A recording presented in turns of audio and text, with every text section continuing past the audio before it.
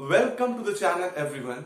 आज हम लोग डिस्कस करेंगे ट्रिग्नोमेट्री का नया concept that is what trigonometric function. आप लोगों ने पिछले वीडियो में देखा है एंगल को मेजरमेंट करने का तरीका, जिसमें आपने डिग्री मेजर देखा और रेडियन मेजर देखा। उस पे क्वेश्चन भी लगाए थे हम लोगों ने। अगर अभी आप लोग नए हैं चैनल पे और देखा नहीं है तो आप जाके ऊपर आई बटन पर देख सकते हैं, और अगर अभी तक चैनल सब्सक्राइब नहीं तो चैनल को सब्सक्राइब कर दीजिए। आइए समझते हैं ट्रिग्नोमेट्री फंक्शंस के बारे में क्या कहानी है। तो देखिए बेटा, ट्रिग्नोमेट्री फंक्शन का जो कहानी इस तरीके से है कि अब मैं जो बोलूं आप लोग के लिए नया नहीं है, आपने 10th पे पढ़ा है। आपने पढ़ा था ना sine theta, cos theta, tan theta, cot theta. वो सारी जो चीजें पढ़ी ना बेटा, वो फंक्शन थी। आपको पता ही नहीं था क्या वो फंक्शन थी, लेकिन आपको बताई क्यों नहीं गई? क्योंकि आपको फंक्शन पता ही नहीं था कि फंक्शन क्या होता है। लेकिन आप लोगों ने 11th में सेकंड चैप्टर पढ़ा ना फंक्शन, तो आपको पता चल गया फंक्शन है। तो अगर पता चल गई बात, अब मैं कह रहा हूं कि वो फंक्शन है। अब देखिए, आपसे मैं बोलूं कि साइन एक्स और ये कॉस एक्स और ये टैन एक्स और भैया इनके उल्टे सब कोसेक एक्स, ये सब आप पढ़े ही है, और सेक एक्स और ये कॉट एक्स, ये सभी क्या है? ट्रिग्नोमेट्रिक फंक्शंस हैं। तो तुम बोलोगे सर फंक्शन कैसे है, फंक्शन प्रॉपर्टी बताइए आप मुझे। तो बेटा फंक्शन की प्रॉपर्टी क्या होती है? फंक्शन एक रूल होता है, और बेसिकली वो रूल होता है इसमें जितने भी डिस्टिंक्ट ऑर्डर पेयर बनेंगे उसमें पहले एलिमेंट का, क्या मैं बोल रहा हूं, उसमें पहले एलिमेंट का जो इमेज होना चाहिए, जो एक बार इमेज बन गया वो दूसरे का नहीं बनना चाहिए। जैसे मैं बोला क्या कि अगर आपका साइन 45 का वैल्यू 1/√2 आ गया, अब मुझे बताओ क्या साइन 45 का और कोई वैल्यू हो सकता है क्या? क्या साइन 45 का 1/√2 के अलावा कोई वैल्यू होगा? या मैं बोलूं क्या साइन 90 की वैल्यू आपने पढ़ा था 1, तो क्या साइन 90 की वैल्यू 1 के अलावा 0 भी थी क्या, 2 भी थी क्या, 3 भी थी क्या? नहीं थी। अगर हर डिफरेंट डिफरेंट वैल्यूज के लिए क्या हो, आपको इमेज भी मिल रही हो, और जो इमेज मिल रही है वो एक बार मिल रही हो, तो आपको क्या बोलते हैं? क्या बोलते हैं? Function is defined as what that type of relation in which what the image is what one and only and unique. तो आपके जितने भी फंक्शन ये ट्रिग्नोमेट्री से मैंने लिखे हैं ना, ये ट्रिग्नोमेट्री फंक्शन इसलिए कहते हैं कि जितने भी चीजें हैं ये सब डिफरेंट डिफरेंट वैल्यूज देती हैं, डिफरेंट डिफरेंट क्या डोमेन के लिए। डोमेन जो वैल्यू आ रही है हर वैल्यू के लिए ये इमेज दे रही है, और उसका इमेज क्या है? यूनिक है। That's why we said all these things as a trigonometric function.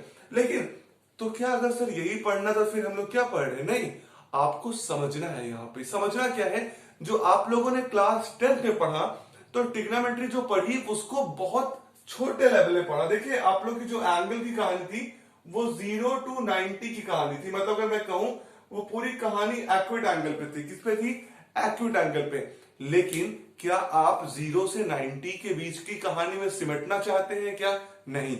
इस साल आपकी कहानी यही आगे बढ़ेगी। आपकी कहानी ये आगे बढ़ेगी कि आप 0 से 90 नहीं, कोई भी एंगल, मतलब कोई भी एंगल रेडियन में होगा, हर रेडियन एंगल को या डिग्री एंगल को, जो भी एंगल होगा, हर एंगल के लिए आप रिजल्ट निकालना सीख जाएंगे, और कॉन्सेप्ट इसका सीख जाएंगे कि कैसे कोई भी trigonometry function for any particular radian, for any particular degree, you can evaluate the value of this particular functions. ठीक बात है। मतलब जितने भी फंक्शंस लिखे गए हैं, इन फंक्शन की किसी भी रेडियन पे जो वैल्यू निकालना है वो सीख जाएंगे, ना कि आपका कहानी 0 से 90 के बीच में ही रहने वाला है। आइए समझते हैं। इसके लिए आपको कुछ कहानियों को समझने के लिए कुछ कॉन्सेप्ट जानने पड़ेंगे। तो हर चीज कहानी है, जितने अच्छे से आप कहानी समझ गए उतने अच्छे से कॉन्सेप्ट समझ जाएंगे। तो समझिए इस बात को, मैं क्या बोल रहा हूं। आप जानते हैं कोऑर्डिनेट सिस्टम। देखिए चित्र का बहुत ध्यान है इसमें, चित्र में बहुत फोकस करूंगा स्टार्टिंग में। ये है कोऑर्डिनेट सिस्टम। आपको पता होगा बेटा, ये है एक्स एक्सिस और ये है वाई एक्सिस। तो बालक ये हो जाएगा y का नेगेटिव एक्सिस, इसको y डैश बोल दे रहा हूं, और ये है आपका x का नेगेटिव एक्सिस, x डैश बोल दे रहा हूं। ठीक बात है। हमें करना क्या है समझ रहे हैं? हमें लेना है ये आपका कोऑर्डिनेट एक्सिस मैंने बना दिया। इस कोऑर्डिनेट एक्सिस पे एक मैं सर्कल ड्रॉ करता हूं बेटा। तो सर्कल मैंने ये ड्रॉ कर दिया। देखो सर्कल तुम लोग को समझना है, मेरे चित्र में मत जाना, मेरा चित्र कैसे बने। ठीक है, मेरे चित्र में देखिए, आप कॉन्सेप्ट को देखिए मैं कैसा बना रहा हूं। ये सर्कल जो होगा पता है, वो सर्कल का ओरिजिन जो होगा वो दोनों कोऑर्डिनेट एक्सिस जहां पे मिलते हैं, मतलब ये सर्कल का सेंटर इज द ओरिजिन, मतलब ओरिजिन जो है 0 0 जो कोऑर्डिनेट है वो इस सर्कल का सेंटर है। ठीक बात है। और दूसरी बात, कि इस सर्कल का जो रेडियस है ना वो यूनिट रेडियस है। कितना है? यूनिट रेडियस है। तो मैं यहां लिख दे रहा हूं, let us consider a circle of unit radius having centre at origin. Having centre at origin. बेटा इस बात का बहुत महत्व है, कॉन्सेप्ट क्लियर हो जाएगा तो पूरी कहानी क्लियर हो जाएगी आपको। देखिए सेंटर एट ओरिजिन है, ठीक बात है। तो मान लीजिए कि आपका ये जो ओ है ओरिजिन है ही, और ये सेंटर है इस सर्कल का, ठीक बात है बेटा। अब मैं मान लेता हूं कोई पॉइंट होगा सर्कल में। तो क्या करते हैं, अगर मैं कहूं ये ओ एक्स और एक्स डैश और एक्स एक्सिस है और इस सर्कल को यहां से मूव करा रहे हैं, ठीक है, यहां करा रहे हैं, तो बेटा क्या मिलेगा आपको? समझिएगा इस बात को। आप जितना जितना ये मूव करता है उतना उतना आप क्या बोलते हो कि इसका क्या हो रहा है? रेडियन वो मेजर कर रहा है ना। तो मान लीजिए आपका एक पॉइंट है पी, ठीक बात है, एक पॉइंट है पी जिसका कोऑर्डिनेट है ए और बी। देखो कोऑर्डिनेट सिस्टम आप जानते हो, क्लास 10 में पढ़े हो, पी ए बी का मतलब है कि एक्स एक्सिस पे ये ए पॉइंट के आगे है। समझ रहे हो? ये पॉइंट जो है ये आगे है, ए पॉइंट है, राइट पे ए पे डिस्टेंस पे है, और बी बता रहा है कि आप बी पॉइंट इतना ऊपर हो। ये जो पी पॉइंट है कहां पे है? इतने ऊपर है। अब देखो ये ओपी जो है ये क्या होगा? ये सर्कल का रेडियस होगा कि नहीं बताओ मुझे। OP will the radius of circle, और आपको पता है रेडियस ऑफ सर्कल तो हमने माना है यूनिट, तो 1 यूनिट हो जाएगा, ठीक बात है। मान लीजिए इस पॉइंट का नाम मैं मान लेता हूं ए, ठीक बात है। मैं सबका नाम मान लेता हूं, ये ए, ये बी, ये सी और ये डी। एकदम ध्यान पूर्वक समझिए, बहुत मजा आएगा आपको। देखिए ओ से पी देखिए 1 यूनिट है, ठीक बात है।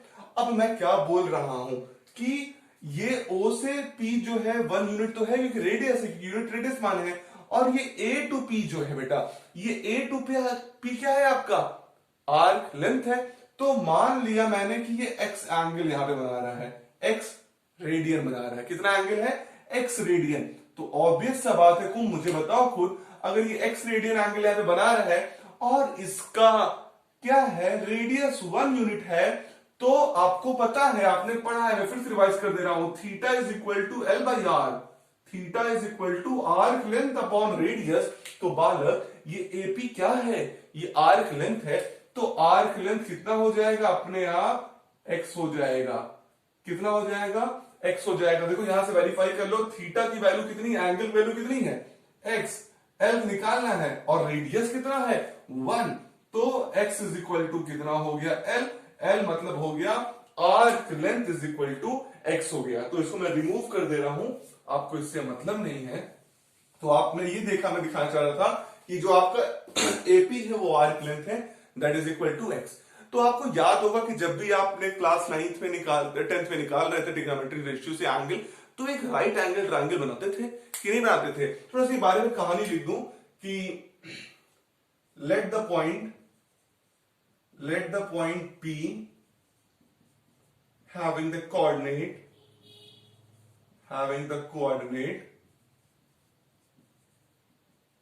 कौन सा कोऑर्डिनेट बेटा? ए और बी, ठीक बात है, ए और बी है। अब देखो मुझे समझो इस बात को, मैं क्या समझाना चाहता हूं। अगर आपको जब भी क्या निकालना होता है मेजरमेंट, ट्रायंगल्स का रेशियो निकालना पड़ता है। तो आपको पता है sine theta is equal to perpendicular upon hypotenuse, cos theta is equal to what? Base upon hypotenuse. ये आपने पढ़ा है 10th में। इस चीजों को मैं यहां नहीं पढ़ाऊंगा, ये आप जानते हैं, समझिए। तो मैं क्या कर रहा हूं, एक परपेंडिकुलर ड्रॉ कर दे रहा हूं इस चित्र में, ठीक है, दिख रहा है परपेंडिकुलर। देखो परपेंडिकुलर, देखो बता रहा हूं तो पक्का मान लो, ये मतलब सब सीधी लाइन नहीं है। तो परपेंडिकुलर ये मान लो, और इस पॉइंट का नाम दे दो। यहां पे क्या नाम दे देते हैं? ABCD ये हो चुका, तो इसका नाम M दे देते हैं, M फॉर मंकी वाला M दे देते हैं। तो और ये परपेंडिकुलर हो गया, तो POM एक राइट एंगल ट्रायंगल हुआ कि नहीं? बोलो भाई, POM राइट एंगल ट्रायंगल हुआ कि नहीं?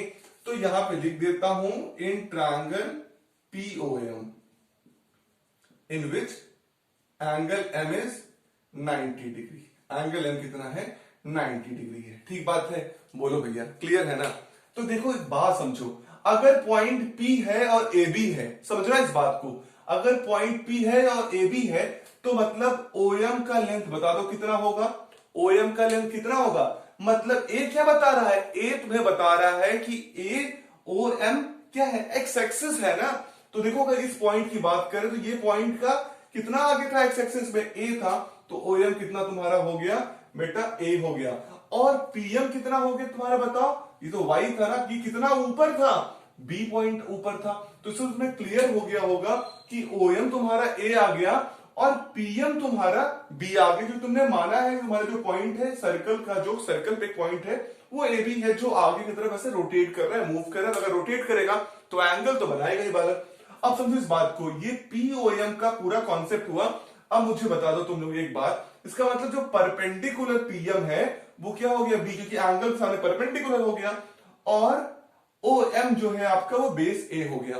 तो अगर मैं आपसे पूछूं क्या तुम यहाँ पे साइन थीटा और कॉस थीटा निकाल सकते हो, तुम बोलो यहां से निकाल सकते हो। कैसे निकाल सकते हो, in triangle POM sine theta is equal to होता क्या है, तो मुझे बताओ। Sine theta is equal to perpendicular upon hypotenuse, perpendicular upon hypotenuse. Theta मतलब एंगल, परपेंडिकुलर मतलब परपेंडिकुलर, और हाइपोटेनस मतलब हाइपोटेनस। अब बताओ मुझे साइन थीटा कितना रेडियन एंगल बन रहा है, ये एंगल कितना है, थीटा मतलब x, sine x is equal to perpendicular कितना है, परपेंडिकुलर देख रहे हो ये है ना पूरा, तो परपेंडिकुलर तो पीएम है, और पीएम की वैल्यू कितनी है बी, अपॉन हाइपोटेनस कितना है यूनिट रेडियस 1, तो sine x is equal to कितना हो गया बी। मैं बी अपॉन 1 करूं तो समझ जाना भाई ना, बी अपॉन 1 का मतलब, अच्छा कर ही दूंगा तुम लोग बोल रहे हो, तो बी अपॉन 1, तो इसका मतलब sine x is equal to कितना हो गया बालको, बी हो गया, कितना हो गया बी। तो इसी प्रकार क्या मैं cos x निकाल लू, देखो cos x is equal to मतलब cos theta is equal to क्या होगा base upon hypotenuse cos theta का मतलब बालको की एंगल, कितना angle x is equal to base कितना a, हाइपोटेनस कितना 1, तो इसका मतलब cos x is equal to हो गया आपका a।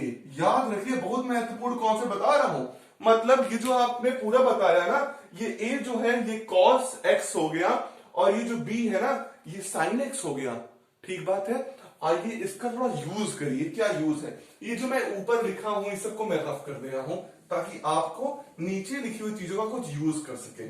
अब अगर मैं आपसे बोलूं, बचपन से पढ़ते यार गणित लिए थे तो मन था पाइथागोरस खूब पढ़ने का, तो पाइथागोरस थ्योरम क्या बोलता था कि अगर ये ट्रायंगल देख लो भैया, ये ट्रायंगल ओ एम पी लोगे, in triangle O M P क्या होता है, हाइपोटेनस का स्क्वायर मतलब ओपी का square is equal to base का स्क्वायर मतलब OM square plus perpendicular square PM square, ठीक बात है। अब मुझे बताओ what is the value of OP, OP का वैल्यू 1, 1 का square 1। What is the value of OM, OM मतलब ए का स्क्वायर, ठीक बात है। पीएम, पीएम मतलब बी, बी का स्क्वायर, तो इसका मतलब हो गया 1 is equal to A square plus B square, clear बात है।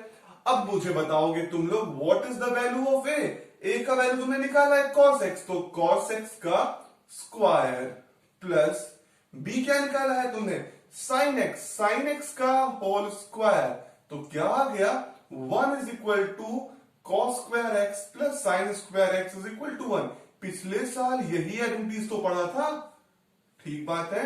तो sine square x plus cos square x की वैल्यू क्या आ गई 1 आ गई, और sine x is equal to B और cos x is equal to A. इसको बहुत महत्वपूर्ण मैं यही लिख दे रहा हूं ताकि कई बार अभी मैं यूज करने वाला हूं। Sine x is equal to B और cos x is equal to A, ये वैल्यू को थोड़ा याद करने के लिए भी महत्व होने वाला है, ठीक बात है। तो इस बात को नोट डाउन कर लीजिएगा, 1 is equal to cos square x plus sine square X, ये आइडेंटिटीज बनी, इसका बहुत महत्व होने वाला है। तो बाकी मैं इधर चित्र को सब रफ कर दे रहा हूं और आपको कुछ नई चीजें बताना चाहता हूं। देखो आपने पढ़ा है कि अगर एक कंप्लीट पूरा चक्कर घूम जाएगा सर्कल, एक पूरा कंप्लीट चक्कर घूम जाएगा सर्कल, तो बताओ कि कितना रेडियन कवर करेगा। अगर एक कंप्लीट चक्कर पूरा घूम जाएगा सर्कल तो कितना रेडियन कवर करेगा, भैया तुम लोग को बताया हूं एक पूरा चक्कर घूम जाने में 2 पाई रेडियन कवर होता है कि नहीं, 2 पाई रेडियन कवर होता है। तो इस चित्र को आंख खोलकर देखो, अगर मैं आपसे बोलूं कि ये एक बार ये पूरा चित्र सर्कल में बना है और ये सर्कल 4 कोऑर्डिनेट टूट रहा है, 1 कोऑर्डिनेट, 2 कोऑर्डिनेट, 3 कोऑर्डिनेट, 4 कोऑर्डिनेट, और 4 को मिलाकर बनाओगे तो 2 पाई बनेगा। तो ये एक कितना बनेगा, ये कितना बनेगा, ये एक कितना बनेगा, मतलब मैं कहूं कि ये यहां से यहां पूरा घूम के एक बार एंटी क्लॉकवाइज घूम जाएगा तो पॉजिटिव 2 पाई रेडियन। तो मुझे बता दो कि ये इतने में कितना होगा। देखो ये पूरा 2 पाई, तो सब 4 पार्ट इक्वल है, तो ये भी पाई बाई 2, ये भी पाई बाई 2, ये भी पाई बाई 2 और ये भी पाई बाई 2 है कि नहीं, और कुल मिला के 2 पाई रेडियन। अब मुझे बताना जरा सा तुम लोग, एंगल अगर मैं तुम लोग से बोलूं ये AOB, ये ऐसा परपेंडिकुलर एंगल, तो एंगल AOB कितना हो जाएगा। मैंने तुमसे बोला कि पूरा पाई रेडियन है, पूरा का पूरा पाई रेडियन है, तो ये कितना होगा 2, सॉरी गलती हो गया, पूरा 2 पाई है ना, तो ये कितना हो गया 2 पाई बाई 4 ना, 4 पार्ट है, तो ये 2 पाई बाई 4 मतलब कितना हो जाएगा पाई बाई 2। मतलब यहां पर मैं कह सकता हूं ये जो B पॉइंट है, यहां पर जो एंगल बन रहा है ये पाई बाई 2 है। देखो मैं ऐसे लिखता हूं पाई, इस बार डाउट मत करना कि ये n है, ये अगर मैं ऐसे लगा दिया ऊपर ये पाई बाई 2। अब मैं बात करूं ये एंगल AOC का, अगर AOC का बात कर लूंगा तो ये कितना हो जाएगा। देखो यहां पर AOC पे पाई बाई 2 और पाई बाई 2 कितना हो जाएगा पाई, ठीक बात है। फिर बात कर लूं AOD का, तो देखो AOD कैसे जाएगा, ये पूरा इस तरीके से AOD, मतलब ये कितना डिग्री हुआ 90 90 और 92 70, या pi by 2 pi by 2 pi by 2 कितना हो जाएगा AOD is equal to 3 pi by 2। और अगर आखिरी में बात कर लूंगा किसका, AOA का, उसी जगह पे ये पूरा अगर ऐसे रोटेट करा दूं तो ये कितना हो जाएगा 2 पाई, ठीक बात है। आखिर में कितना हो जाएगा 2 पाई। अब हम ये देखते हैं कि हम साइन और कॉस की डिफरेंट वैल्यूज क्या ला सकते हैं, ठीक बात है। तो एक बात और समझिएगा, अगर मैं आपसे पूछूं ये कोऑर्डिनेट A कोऑर्डिनेट का मुझे वैल्यू बता सकते हो क्या, A कोऑर्डिनेट का कितना वैल्यू आएगा। देखो A के अकॉर्डिंग देखो ये रेडियस है, तो ये रेडियस जहां जहां घूमेगा वहां वहां तो हमेशा 1 यूनिट बनाएगा, है कि नहीं है। अब मैं तुमसे पूछूं अगर OP भी क्या है रेडियस है और OA भी तो रेडियस है, तो अगर ये 1 यूनिट था, अरे भैया ये 1 यूनिट था तो ये भी तो 1 यूनिट होगा, कंफर्म है कि नहीं। OA भी तो 1 यूनिट होगा, तो OA की वैल्यू कितना लिख दूं मैं 1 लिख दूं, मतलब x एक्सिस पे तो कितना है, यहां पर देखो इस जगह पे क्या होता है x ही तो है, y तो 0 होता है, तो x कितना आ गया है 1 यूनिट आए हो, तो ये कोऑर्डिनेट हो गया किसका 1 0। समझ लो इस बात को कितना, फिर से ये है हमेशा कांस्टेंट, जहां जहां जाएगा ये 1 करेगा। इस पॉइंट पे A पॉइंट की बात कर रहा हूं, तो A पॉइंट पे देख रहे हो y तो 0 x, y तो 0 है ना भाई, x ही तो आगे गए हो, ये तो इस पे ये तो ओरिजिन वाला समझ लो है ना, जा रहा है y के लिए, तो y के लिए तो ओरिजिन है ये, तो इसका मतलब क्या हो गया 1 0। मैं आपसे पूछूं B का कोऑर्डिनेट कितना होगा, तो देखो B पे तुम कहां पे आ गए, B में x कितना हो गया 0, ये देख रहे हो ओरिजिन पॉइंट पे इसमें x है, तो इसकी कहानी खत्म हो गई 0, और y कितना है यही तो आके यहां पहुंच गया, तो ये हमेशा रेडियस से कांस्टेंट है, तो अगर ये 1 यूनिट है तो कितना हो गया 0 और 1। क्लियर है, इसका बहुत महत्व होने वाला है, बहुत महत्व।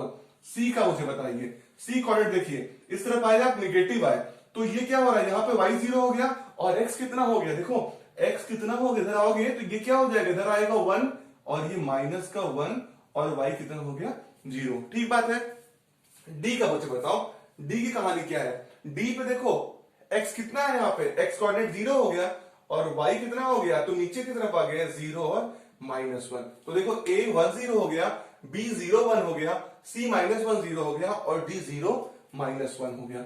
अब तुम बोलोगे सर ये टाइम पास क्यों किए, ये टाइम पास बहुत बड़ा पास करने वाला है आपके पूरे कॉन्सेप्ट को, तो अब समझते रहिए कि मैं जो बोला था स्टार्टिंग में कि आप 0 से 90 के बीच में ही रहना चाहते हैं कि उसके आगे जाना चाहते हैं, वो ये कॉन्सेप्ट देने वाला है कि उसके आगे कैसे आप जाने वाले हैं, ठीक बात है। तो मैं साइन और कॉस के रेस्पेक्ट में आऊंगा और आप बाकी खुद समझ जाएंगे। देखिए मैं क्या करने वाला हूं, देखो मैं फिर से लिख देता हूं कि cos x is equal to a है और sin x is equal to b है, ठीक बात है। मैं डिफरेंट वैल्यूज निकालूंगा साइन और कॉस की, समझो। सबसे पहले मैं क्या निकालता हूं, cos 0 की, cos 0 की, देखो जो है तुम्हें बस यही देखना है, cos x की वैल्यू a है और साइन एक्स की वैल्यू हमेशा बी होने वाली है। तो cos जीरो की वैल्यू ए होगी, और मैं कहां पे निकाल रहा हूं, जीरो पे मैं कहां रहूंगा, यही तो एंगल जीरो है। देखो जीरो ये एंगल, पाई बाई टू ये एंगल, और पाई ये, 3 पाई बाई 2 ये, और ये कितना हो गया आपका 2 पाई हो गया। तो अभी मैं जीरो पे हूं, तो बताओ जीरो पे cos x की वैल्यू a है, ठीक बात है। तो ये कोऑर्डिनेट देखो तुम, ये कोऑर्डिनेट जो बनाए हो, जो पहले लिखा होता है ऑर्डर्ड पेयर में a, जो दूसरे में लिखा होता है वो b होता है। तो a और b ऑर्डर्ड पेयर है, तो a हो गया, जो पहले होगा a, तो cos x की वैल्यू a है ही, तो cos जीरो की वैल्यू a है, तो cos जीरो की वैल्यू इसमें क्या होगी 1, तो cos जीरो हो गया 1। क्लियर है, समझो इस बात को। अब निकालना है साइन का, तो साइन को ऐसे लाइन खींच दूं, साइन जीरो, साइन एक्स की वैल्यू क्या है b, तो यहां पे हो तुम जीरो पे, तो जीरो तो ये है। अब देखो साइन जीरो की वैल्यू क्या होगी, देखो भैया b निकालना है, साइन एक्स की वैल्यू b है, तो b का वैल्यू कितना हो गया जीरो। तो आपको पता है साइन जीरो कितना होता है, जीरो। क्लियर बात है। आइए अगले कोऑर्डिनेट पे यहां पहुंच जाते हैं कि cos पाई बाई 2 की वैल्यू क्या होगी, cos पाई बाई 2। देखो पाई बाई 2 अब पहुंच गया तुम, ये 90 डिग्री का ये जगह मैंने बताया ना, ये जीरो, फिर ये 90, फिर ये 180, ये 270, और ये 2 पाई, मतलब हर 90 का डिफरेंस है, zero, pi by 2, pi, 3 pi by 2, और ये कितना हो गया आपका 2 पाई। तो अभी देखो यहां पर मैं आया, और ये कितना हो गया आपका पाई बाई 2। अब cos पाई बाई 2, तो cos x की वैल्यू बोल रहा हूं a, तो जो b का कोऑर्डिनेट पे पहला होगा वो होगा, मतलब cos पाई बाई 2 की वैल्यू हो गई जीरो। फिर देखते हैं साइन पाई बाई 2, साइन 90 पे देखो साइन x की वैल्यू b है, b का वैल्यू कितना है 1, साइन 90 कितना हो गया 1। क्लियर बात है। आइए और चलते हैं आगे, cos हो गया, अब हो गया है cos पाई, cos पाई पे आते हैं। देखो cos पाई यहां पे पहुंच गए, सी पॉइंट पे पहुंच गए। अब सी पॉइंट पे cos की वैल्यू है a, तो कितना हो जाएगा -1। क्लियर है, कंफर्म। उसके बाद देखो साइन पाई भी देखना पड़ेगा, तो साइन पाई पे देखो साइन एक्स की वैल्यू कितनी है b, यहां पे साइन की वैल्यू कितनी आ रही है, b की वैल्यू कितनी आ रही है जीरो, तो साइन पाई की वैल्यू कितनी हो गई जीरो। क्लियर है। आइए उसके बाद चेक करते हैं अगला, दैट इज व्हाट cos, ये कितना हो गया 3 पाई बाई 2, तो 3 पाई बाई 2, 3 पाई बाई 2 की वैल्यू कितनी हो जाएगी, देखो यहां पे cos x की वैल्यू कितनी है, देखो cos x की वैल्यू बोलने वाला है a बोला है, यहां पे a की वैल्यू कितनी हो गई जीरो, तो cos 3 पाई बाई 2 की वैल्यू कितनी हो गई जीरो, और sin 3 पाई बाई 2 चेक करो, sin 3 पाई बाई 2 की वैल्यू कितनी हो जाएगी बालको, sin x की वैल्यू b है यहां पर 3 पाई बाई 2 पे, ये वाला पोजीशन है 3 पाई बाई 2 का, तो ये कितना हो गया यहाँ पे b का वैल्यू -1, ये रख दो -1।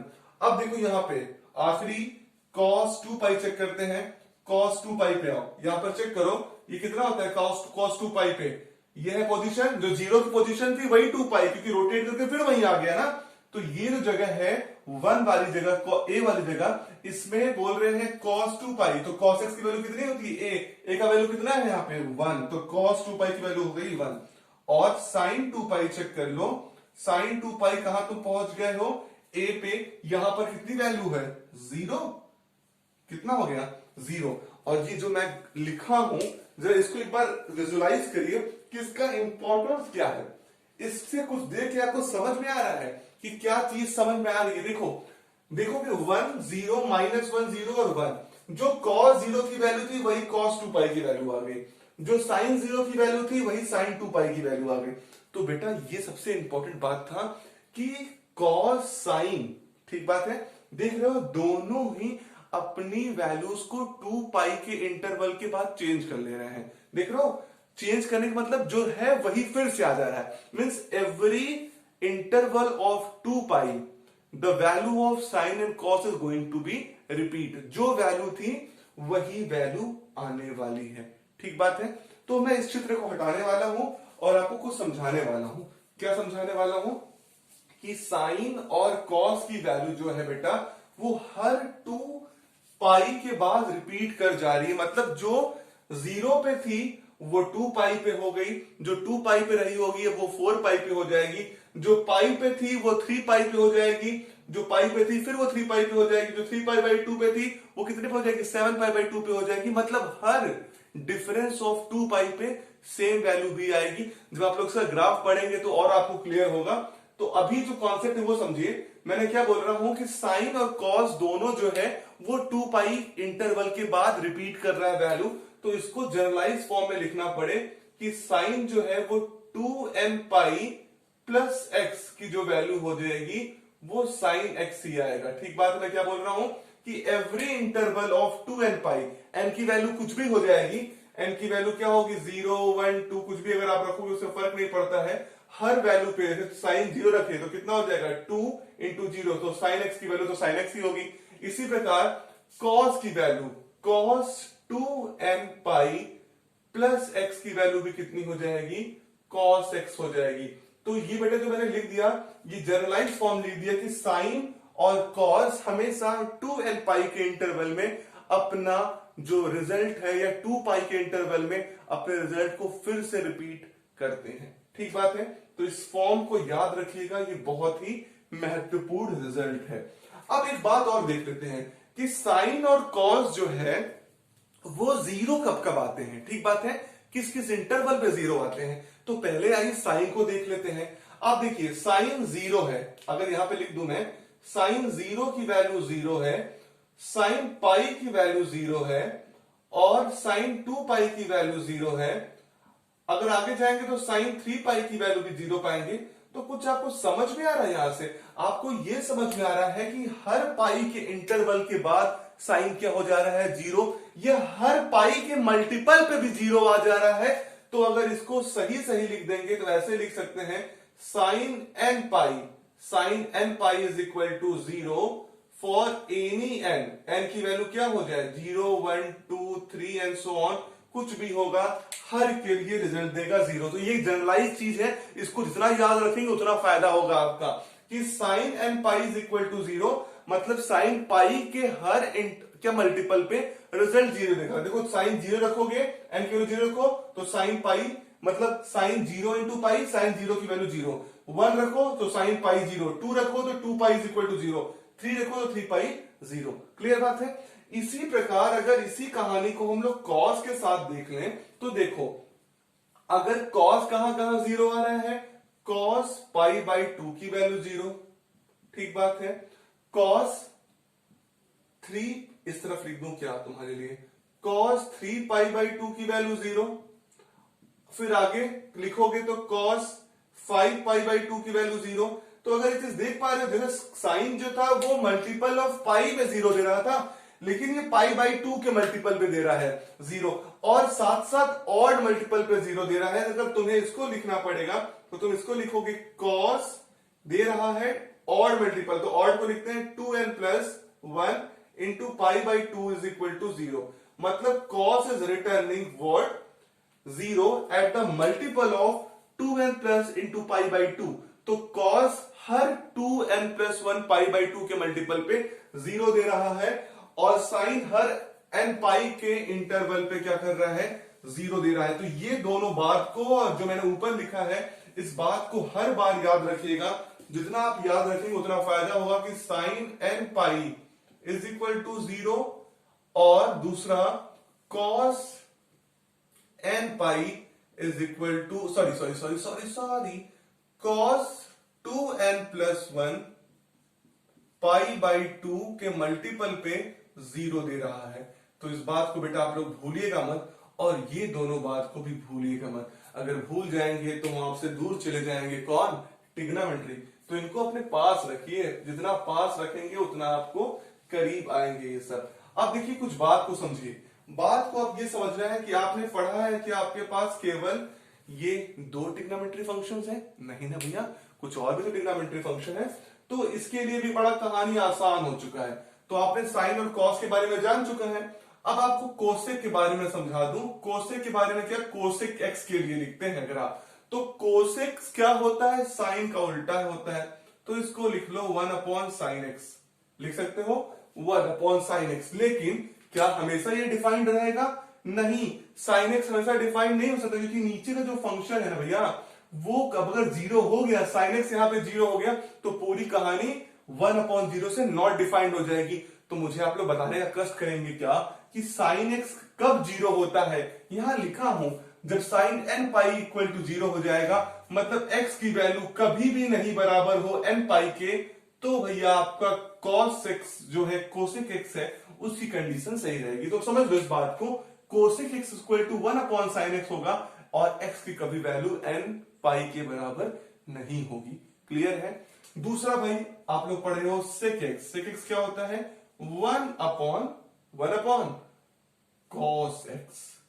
अब फिर यहां बेटा ये कहानी आ गई कि नीचे कभी डिनोमिनेटर में जीरो आ जाएगा तो बोलेगा हम सेक एक्स तो हम तो एग्जिस्ट ही नहीं कर पाएंगे, तो क्या मेरे लिए तुम लोग परेशान हो? तो बोलेगा कॉस, मैं तुम्हें बचाता हूं। क्या बचाता हूं?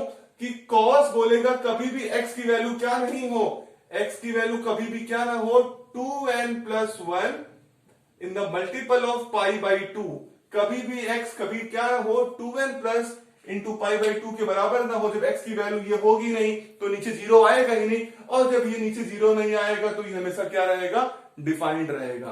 फिर क्या होता है? आपने पढ़ा होगा tan x, और tan x के बारे में सुना है आप लोगों ने। क्या होता है? वो sin x upon cos x देता है। तो sin x upon cos x की वैल्यू कितनी हो जाएगी? देखो sin x की वैल्यू आपने बताया जो भी हो, ऊपर है कोई फर्क नहीं पड़ता, जीरो ऊपर है कोई फर्क नहीं पड़ेगा, लेकिन नीचे cos x है तो बोल रहा है tan x cos x से अगर तुम जीरो हो जाओगे तो मैं तो नॉट डिफाइंड हो जाऊंगा। तो cos x उसे बोलेगा तुम घबराओ मत, मैं तुम्हारे लिए कोई व्यवस्था करता हूं। व्यवस्था क्या है? मैं बोल दूंगा कि x की कभी वैल्यू 2n+1 पाई बाई 2 के बराबर ही नहीं होगी, तो ये हमेशा क्या रहेंगे? सफल हो जाएंगे। और आखिरी आपके लिए क्या है? cot x। cot x आप जानते हो cos x upon sin x होता है।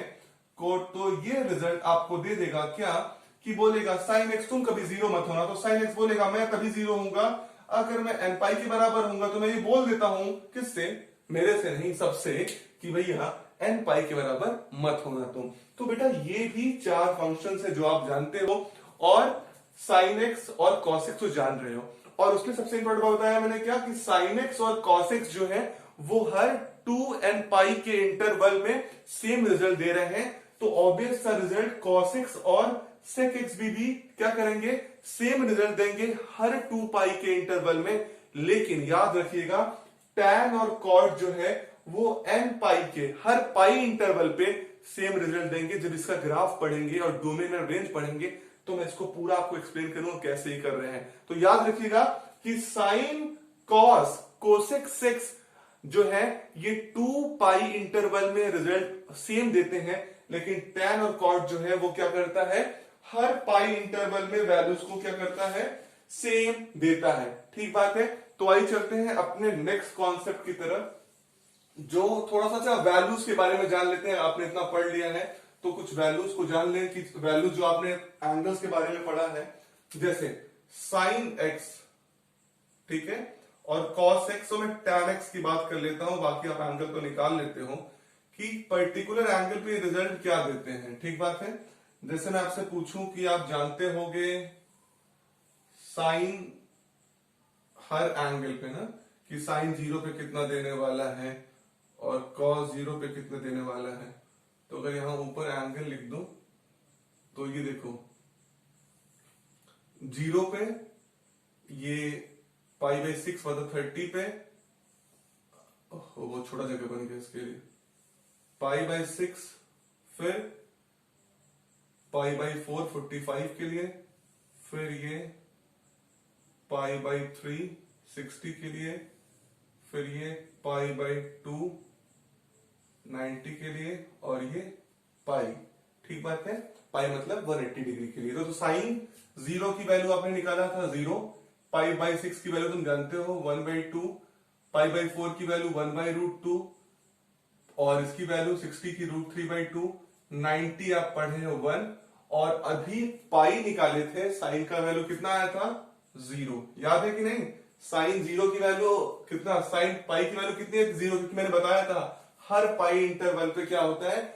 0 देता है। फिर cos 0 की वैल्यू आप क्या करते थे? 1, फिर ये कितना आ जाएगा? √3/2, फिर कितना आ जाएगा?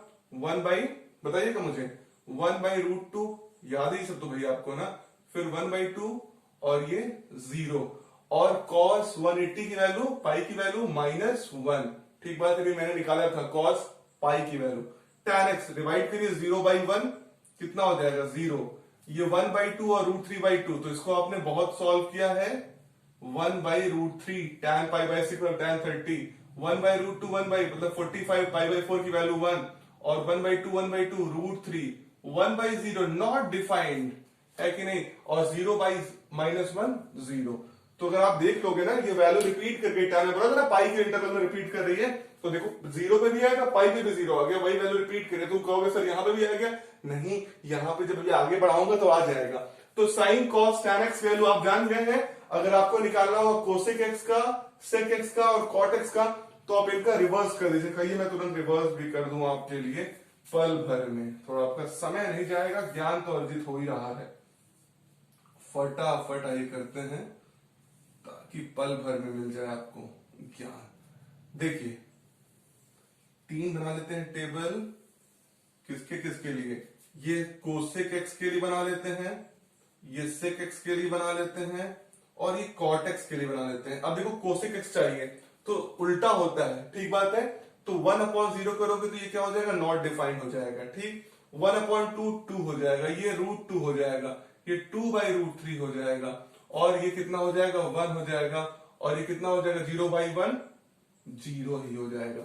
फिर देखो 1 का 1 हो जाएगा, फिर ये √3/2 का हो जाएगा 2/√3 हो जाएगा, फिर ये कितना हो जाएगा √2 हो जाएगा, फिर ये कितना हो जाएगा 2 हो जाएगा, ये फिर 0/1 नॉट डिफाइंड हो जाएगा और ये -1/1 -1 हो जाएगा। हमें निकालना है cot 0, तो cot 0 मतलब tan 0 का उल्टा, तो 0/1 मतलब 1/0, 1 होता है ना, जैसे कि मैं बोला tan, तो tan is equal to 1/cot और cot is equal to 1/tan।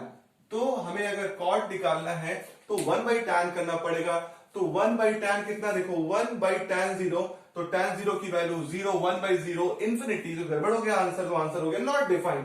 1/√3, तो 1/√3 का उल्टा √3, 1 का उल्टा 1, √3 का उल्टा 1/√3 और 1/इंफिनिटी मतलब 0 और 0 का उल्टा 1 से करेंगे तो इंफिनिटी। ठीक बात है। तो ये वीडियो थोड़ा सा लंबा हो गया है, तो इस वीडियो को यहीं पे रोकते हैं और अगले concept sine of trigonometry functions को अगले वीडियोस में करते हैं। अगर आपको इस कॉन्सेप्ट में अभी भी कोई डाउट है तो आप उसे कमेंट बॉक्स में बताइए, और अगर ये आपको समझ में आ गया हो और वीडियो अच्छा लगा हो तो वीडियो को लाइक कर दीजिएगा, चैनल को सब्सक्राइब कर दीजिए, फिर से बोल रहा हूं, और वीडियो को खूब शेयर करिए। आपका बहुत बहुत धन्यवाद।